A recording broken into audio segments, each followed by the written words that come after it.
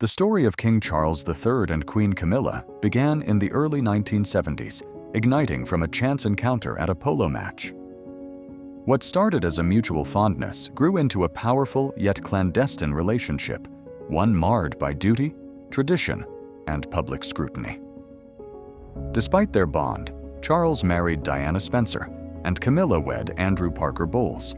But the connection between Charles and Camilla never truly faded, remaining a source of controversy for decades.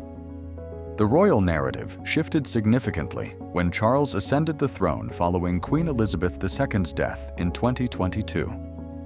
With this new reign came new decisions, including the formal recognition of Camilla as queen consort.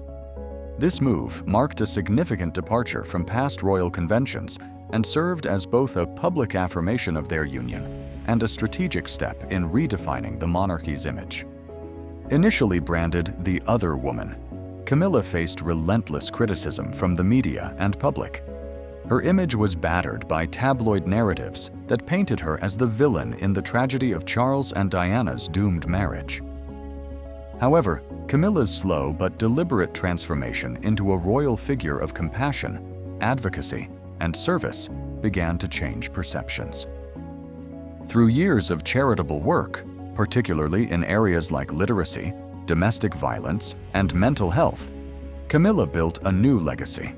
Her authenticity and engagement, especially among younger generations, reframed her role in a modern monarchy increasingly reliant on emotional connection and public trust. Her 2017 speech on domestic abuse was a watershed moment, symbolizing the kind of vulnerability that resonated with the public and media alike. Together with Charles, she embraced sustainability initiatives and environmental advocacy, further aligning the monarchy with contemporary values. The monarchy under Charles and Camilla began to feel more human, more transparent, and more in tune with modern sensibilities. Their 2005 marriage cemented their bond, initiating a royal rebranding campaign of sorts.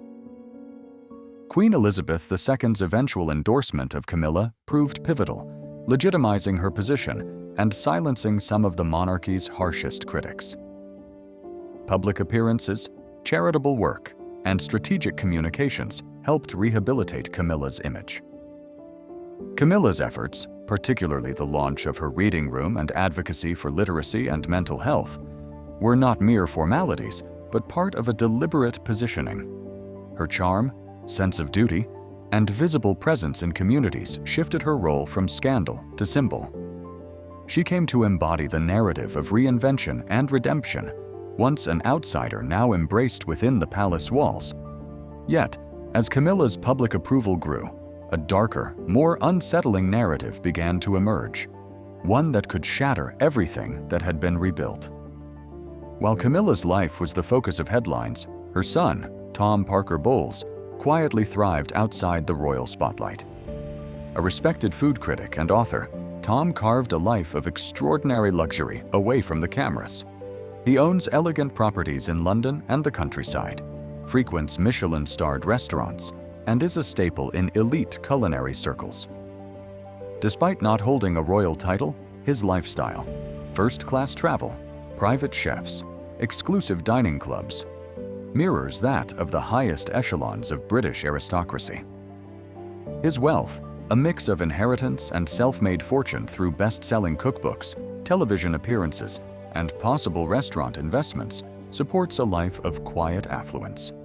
Tom's understated elegance, tailored suits, heritage brands, classic accessories, reflects a lifestyle built on taste, discretion, and privilege. While the monarchy faces public scrutiny, he remains a figure of mystery, living a billionaire's life largely hidden from the public eye. In late 2024, a routine renovation inside a rarely used wing of Buckingham Palace uncovered a hidden compartment containing explosive materials, letters, photographs, and a private journal from the 1990s, when Charles was still Prince of Wales. These documents, reportedly stored in a locked box behind a bookcase in his private study, contained information so sensitive that they were immediately classified at the highest level of palace security. What began as a quiet internal matter took a drastic turn when a junior archivist, disturbed by the brief contents she saw, alerted a journalist at The Guardian. This triggered an extensive investigation that would unravel the monarchy's deepest secrets and plunge the institution into unprecedented crisis. The documents pointed to what some are now calling the Diana operation. Among them was a letter allegedly from Charles to Camilla, referencing plans for Paris and ominously stating, "Once this final obstacle is removed, our path forward becomes clear." There were implications of intelligence coordination, with the letter mentioning M, whom analysts identified as the late Sir Maurice Oldfield, former head of MI6. More damning was a journal entry believed to be in Charles's handwriting. "It is done, though not as cleanly as promised." Further documents referenced concerns about Diana's planned marriage to Dodi Fayed and their potential child, which could pose complications for the monarchy's lineage. Handwritten notes attributed to Camilla indicated her deep involvement, expressing anxiety about the Paris option and pressure from Prince Philip to proceed. The theory, previously dismissed as fringe, was now bolstered by credible documents and testimonies from former royal security officers, one of whom claimed he was removed from Diana's protection detail at Camilla's request. As the revelations surfaced, the royal family fractured. Princess Anne retreated from public view, William distanced himself from Charles, and Harry publicly called for a full investigation. Kate Middleton temporarily relocated with her children, citing the need for space. Public reaction was swift and severe. Protests erupted, support for the monarchy dropped below 30%, and discussions began in Commonwealth nations about severing royal ties. Parliament launched an emergency commission with unprecedented authority to investigate senior royals, including the reigning king. The most seismic moment came during King Charles's televised address, where he denied involvement in Diana's death but appeared visibly shaken. Camilla, in a separate statement, called the allegations a vicious fabrication, but neither statement quelled public outrage, especially after it was revealed that Charles initially tried to suppress the discovery. Diana's legacy looms larger than ever. Once dismissed as a tragic victim of media frenzy, she now appears central to a conspiracy that could dismantle the monarchy. The woman who famously said, "There were 3 of us in this marriage," is again the emotional heart of the narrative. Her sons are divided. William is reportedly considering renouncing his claim to the throne, while Harry has petitioned the International Criminal Court to treat Diana's death as a crime against humanity. With Charles temporarily stepping back from royal duties and William acting as regent, the monarchy enters uncharted territory. Camilla, now in Scotland and possibly considering testifying against Charles for immunity, may become the linchpin in the investigation. The allegations suggest not just individual guilt, but institutional rot, implicating even Queen Elizabeth II and Prince Philip in either approval or cover-up. The monarchy, an institution over 1,000 years old, now stands on the brink of collapse. The British monarchy's future is uncertain.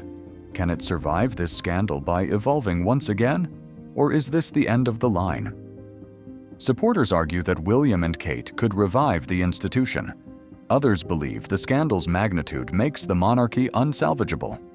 Camilla's potential cooperation with investigators could be a decisive factor. If she testifies against Charles, the monarchy could face not just dissolution, but criminal reckoning.